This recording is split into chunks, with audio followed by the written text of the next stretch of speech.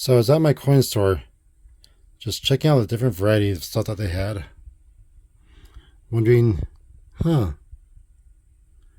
there anything here that I'd like to pick up? Anything that really speaks to me?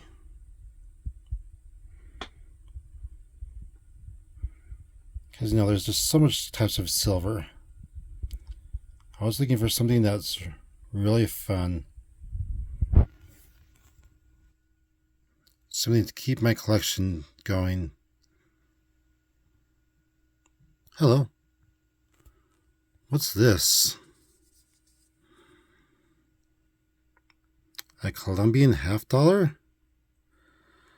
I had never heard of such a thing before.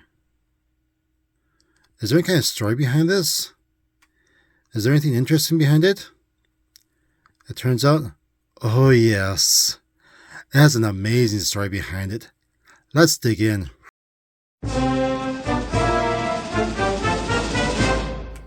Our story begins in 1885, when it was proposed that the 400th anniversary of Christopher Columbus sailing to America was coming up.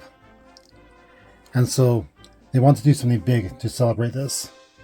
So they were talking about building a World Fair hosted by the United States to celebrate the 400th anniversary of Christopher Columbus landing in America. Now there are several cities that were looking for this, or that wanted to host the World Fair, but the two top competitors were New York City and Chicago. And it was a very heated competition between the cities who could get the World Fair, especially in 1889 when Paris held a World Fair and they unveiled the tallest building at the time, the Eiffel Tower. And so it was on. The US had to do something spectacular, amazing. Now in Congress, fierce political debate between New York and Chicago. New York was the image of economic wealth and prosperity. It was backed by financial giants like J.P. Morgan. Not just the bank J.P. Morgan, but the man himself, J.P. Morgan, and his friends. Together they pledged a combined $15 million. On the other side was Chicago, who represented the frontier, the expanding America. Chicago had their own financial juggernauts. There was a crazy fight between the two. Then Chicago banker Lyman George raised $5 million in 24 hours. With that boost, Chicago won the bid, and on February 4th, 1890, Congress passed a bill designating Chicago to hold the World Fair. And there was only 2 years until the 400th anniversary, and so they had to get down to work, because this fair was supposed to represent everything that had happened in America in the 400 years since Columbus's landing. So actually, what was America like 400 years after Columbus landed? Well, the dollar was linked to silver. In fact, they made dollars out of silver. And so this actually caused some interesting things. I read a couple articles about silver manipulation. It wasn't manipulated down. The government was actually manipulating silver up to prevent deflation. They were buying massive amounts of silver. Now, the Civil War was just recent history for them, just like 9/11 is for us, where some people weren't alive or don't remember it, but most people do. The Civil War had ended 28 years before the fair would start. So there was strong racism. Jim Crow laws reigned supreme. There was segregation all over. There was also big bands. John Philip Sousa was one of the big composers at the time. And there were stories of Billy the Kid coming out from the Wild West. The infamous Butch Cassidy, who was just starting his criminal career. And Chicago was on the edge of this frontier. In fact, the New York Times had just dubbed Chicago the Windy City. Not because of the climate there, but because of the smell coming out of it. Between the stinky stockyards, the saloons and brothels, that's what makes Chicago the Windy City. Will never find a more wretched hive of scum and villainy. So the question was, where do we hold this World Fair? Now, Chicago had won the bid by this point, but it was not exactly pretty. So what they finally decided to do was to build a brand new city 7 miles from Chicago on the banks of Lake Michigan. It was an entirely new city. All new buildings, its own rail infrastructure. They made all these temporary buildings. It's funny, I was watching a documentary with this, and Lady Wizard said, it was all temporary? And they call us a throwaway society? Yes, it was a temporary city, just for the World Fair. In fact, the construction was so massive, visitors came in just to watch the construction of the World Fair, and were paying $25 just to watch. Now, to keep everything white, they couldn't have the regular suit.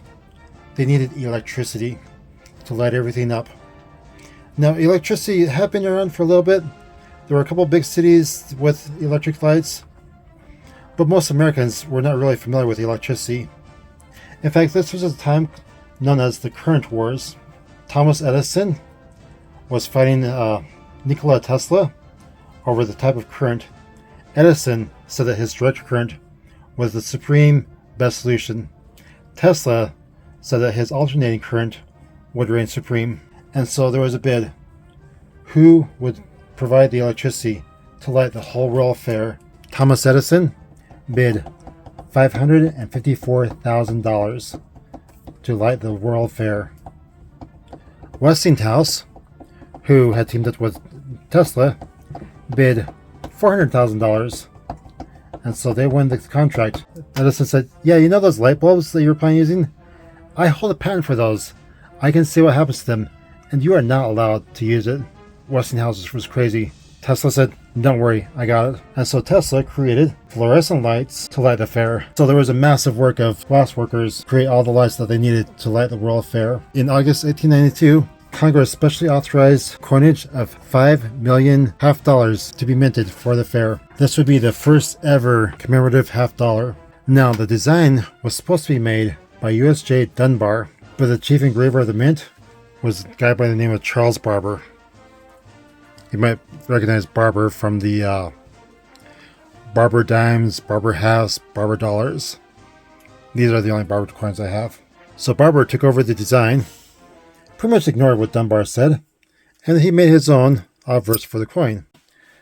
Now this is the obverse, or the head side, with Columbus's portrait.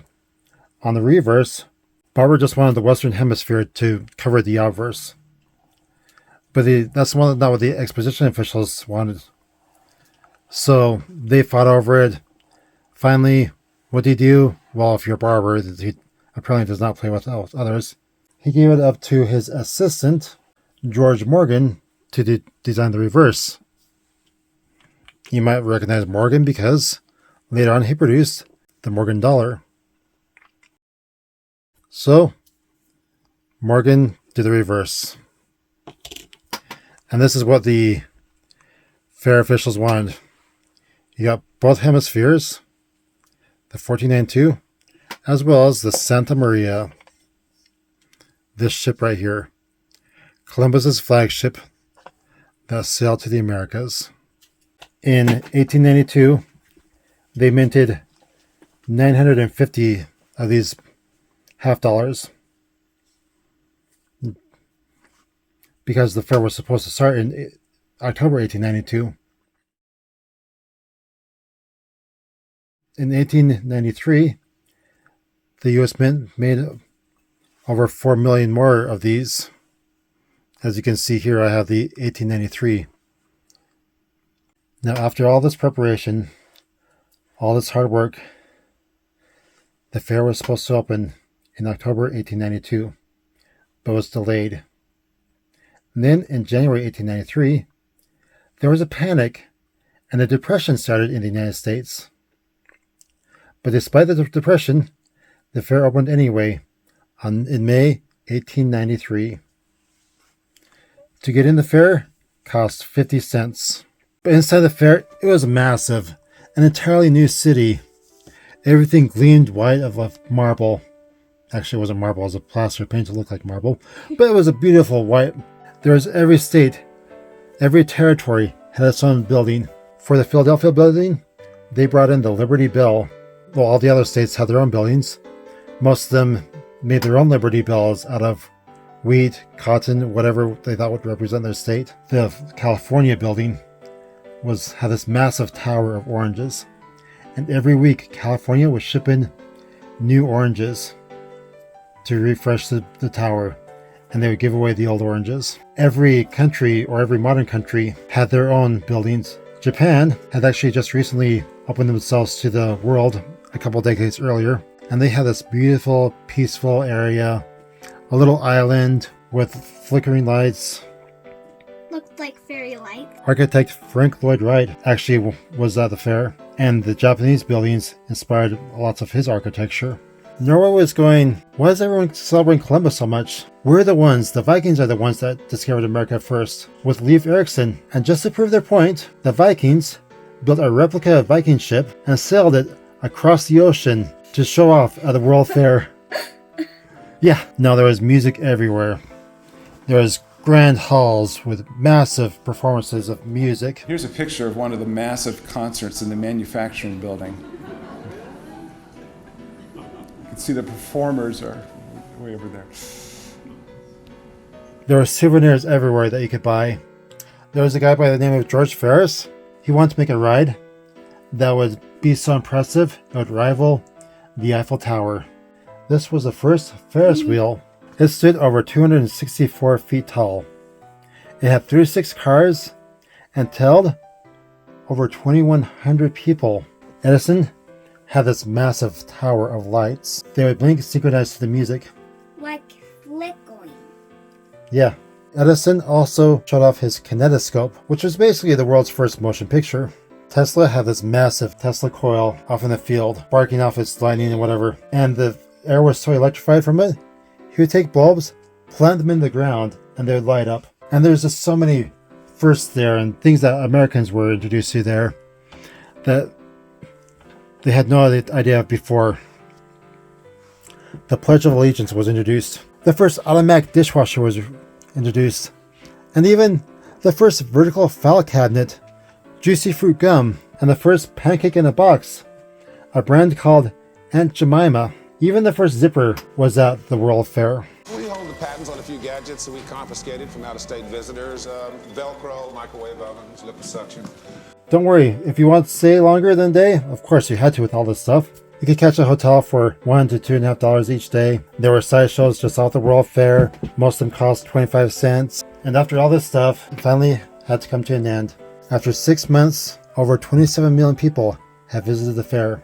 And this was in the middle of a depression, and 27 million people came anyway, but it ended in sadness. 2 days before the fair ended, the beloved Chicago mayor was shot. What was supposed to be a closing celebration turned into basically a memorial service for the mayor. Now they say that the fair made a profit. Also, you have to question that because apparently the fair officials had several loans with banks, and they had tons of these Columbian Half dollars at the banks for collateral. They never pay their debts, and the banks were stuck with all these Columbian Halves. So they were dumped into circulation.